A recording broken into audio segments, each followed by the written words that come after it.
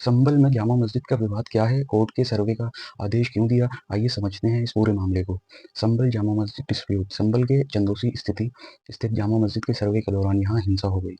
19 नवंबर को एक स्थानीय अदालत ने मस्जिद के सर्वे का आदेश दिया था। ये आदेश एक याचिका के बाद आया था, जिसमें दावा किया गया कि 1529 में मस्जिद बनाने के लिए एक मंदिर को ध्वस्त कर दिया गया था। उत्तर प्रदेश के संभल में इस वक्त तनाव फैला हुआ है। बीते दिन यानी रविवार को संभल शहर की जामा मस्जिद को हरिहर मंदिर बताते हुए दाखिलवाद के आधार पर सर्वे के लिए कोर्ट कमिश्नर की टीम पहुंची तो हिंसा भड़क गई।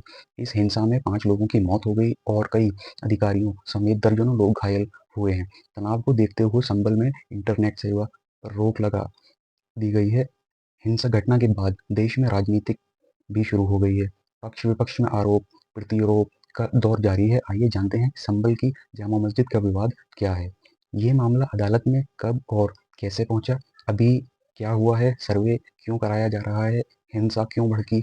अभी क्यों चर्चे में मस्जिद का विवाद?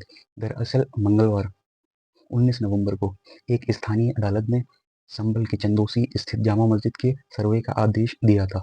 ये आदेश चंदोसी में संभल के सिविल जज सीनियर डिवीजन आदित्य सिंह की अदालत ने पारित किया था। सर्वे का आदेश एक याचिका के बाद आया था, जिसमें दावा किया गया था कि 1529 में मस्जिद बनाने के लिए एक मंदिर को ध्वस्त कर दिया गया था। याचिका 19 नवंबर को ही दायर की गई थी और उसी दिन न्यायाधीश ने एक अधिवक्ता आयुक्त नियुक्त किया और उसे मस्जिद में प्रारंभिक सर्वे क्षेत्र करने का निर्देश दिया। अदालत ने ये भी निर्देश दिया कि सर्वे क्षेत्र की रिपोर्ट 29 नवंबर तक उसके समक्ष प्रस्तुत की जाए। मामले में याचिकाकर्ता कौन है? संभल कोर्ट में कुल 8 याचिकाकर्ता हैं। इसमें वरिष्ठ वकील हरिशंकर जैन भी शामिल हैं, जो ज्ञानवापी मस्जिद काशी प्रज्ञानाथ विवाद में भी वकील हैं। सुप्रीम कोर्ट के अधिवक्ता हरिशंकर जैन के और उनके बेटे विष्णु शंकर जैन ने वाद दाखिल किया है। संभल के केला देवी मंदिर के महंत श्रीराज गिरी भी इसमें याचिकाकर्ता हैं। अन्य याचिकाकर्ताओं में अधिवक्ता पार्थ यादव, वेदपाल सिंह, संभल निवासी राकेश कुमार, जीतपाल यादव, मदन पाल और दीननाथ शामिल हैं। याचिकाकर्ता में क्या कहा गया है? इस मामले पर अधिवक्ता विष्णु शंकर जैन ने दावा किया कि संभल में हरिहर मंदिर था, जिसे तोड़कर जामा मस्जिद बना दी गई। जैन ने दावा किया कि इतिहास में ऐसा प्रमाण मिलता है कि 1529 में बाबर ने हरिहर मंदिर को एक मस्जिद में तब्दील कर दिया था। इसका जिक्र बाबरनामे में भी मिलता है। उन्होंने कहा कि कोर्ट के समक्ष भी यही बात कही गई है ताकि हरिहर मंदिर का सच सामने आ सके। अधिवक्ता विष्णु शंकर जैन ने कहा, ऐसी मान्यता है कि भगवान विष्णु का कल्कि अवतार इसी जगह पर होगा, इसलिए ये स्थान पूरे समाज के लिए महत्वपूर्ण पूज्य स्थल है। सिविल जज सीनियर डिवीजन के सामने दीवानी दावा किया गया है, जिससे हरिहर मंदिर का सच कोर्ट के सामने आ सके। अगर हम इतिहास की या बाबरनामे की बात करें तो मुगल बाबर ने 1519 से लेकर 1529 तक अपने हाथ से खुद बाबरनामा लिखा था, चगाताई तर्किश लैंग्वेज में।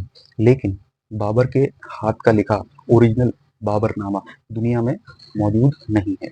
और अगर हम बाबर की मौत की बात करें तो अकबर के वक्त में 1589 और 1590 के बीच बाबर के पोते अब्दुल रहीम खान ने बाबर के उस बाबरनामे का ट्रांसलेशन किया था पर्शियन लैंग्वेज में, और अब्दुल रहीम खान के हाथ का लिखा वो ओरिजिनल बाबरनामा का ट्रांसलेशन भी दुनिया में मौजूद नहीं है 2024 में। उसके बाद एक अंग्रेज एनीटी बेवरेज नामी शख्स ने 1922 को अब्दुल रहीम खान के बाबरनामे के पर्शियन ट्रांसलेशन को इंग्लिश में ट्रांसलेट किया और एनीटी बेवरेज के उस बाबरनामे के इंग्लिश ट्रांसलेशन में किसी भी जगह ये नहीं लिखा कि बाबर ने हरिहर मंदिर को तोड़कर वहां मस्जिद बनवाई, बल्कि बाबरनामे में कहीं पर भी ऐसा नहीं लिखा कि बाबर ने किसी मंदिर को तोड़कर मस्जिद बनवाई है। और ये सब बातें बाबरनामे पर रिसर्च करने के बाद सामने आती हैं और यही सच्चाई है। याचिकाकर्ताओं के विरोध में क्या कहा गया? आइए जानते हैं इसके बारे में। शाही जामा मस्जिद की तरफ से एडवोकेट जफर अली ने कहा कि 19 नवंबर को जामा मस्जिद का सर्वे करने के लिए कोर्ट कमिश्नर आए थे। उन्होंने मस्जिद का सर्वे किया, फोटोग्राफी और वीडियोग्राफी भी की। दावा पूरे तरह बेबुनियाद है। चुनावी एजेंडे हैं और इससे ज़्यादा कुछ नहीं। वहीं संभल से सपा के लोकसभा सांसद ज़ियाउर रहमान बर्क ने कहा कि संभल की जामा मस्जिद ऐतिहासिक है। अचानक सर्वे से सभी अनुचित है। न्यायालय का आदेश था तो मस्जिद कमेटी और आम लोगों ने शक्तिपूर्ण तरीके से सर्वे कराया है। बर्क ने दावा किया कि सर्वे के दौरान किसी तरह की कोई कमी नहीं मिली है। ये मस्जिद है और मस्जिद ही रहेगी। धर्म स्थलों का लेकर जो कानून है उसका भी पालन नहीं किया जा रहा है। सर्वे में क्या-क्या हुआ उसके बारे में जानते हैं। बाद में परिवार के सर्वे परिसर के सर्वे के लिए कोर्ट कमिश्नर नियुक्त किए जाने और सर्वे की वीडियोग्राफी और फोटोग्राफी कराए जाने का अनुरोध किया गया था। कोर्ट ने 19 नवंबर को इस मामले की सुनवाई करते हुए अधिवक्ता रमेश सिंह राघव को सर्वे कमिश्नर नियुक्त किया।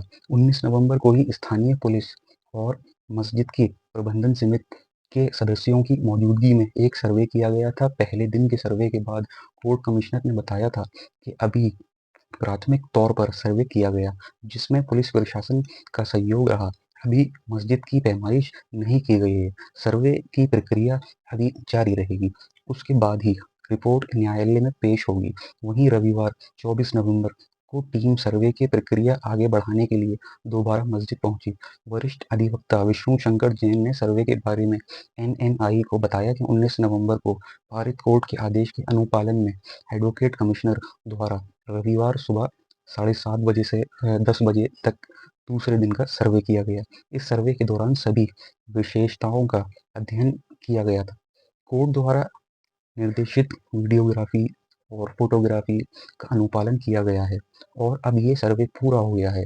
29 नवंबर को कोर्ट के समक्ष रिपोर्ट पेश की जाएगी। सर्वे के दौरान हिंसा क्यों हुई और कैसे भड़की, शहर की जामा मस्जिद को हरिहर मंदिर बताते हुए दाखिलवाद के आधार पर सर्वे के लिए कोर्ट कमिश्नर की टीम पहुंची तो संभल में बवाल हो गया।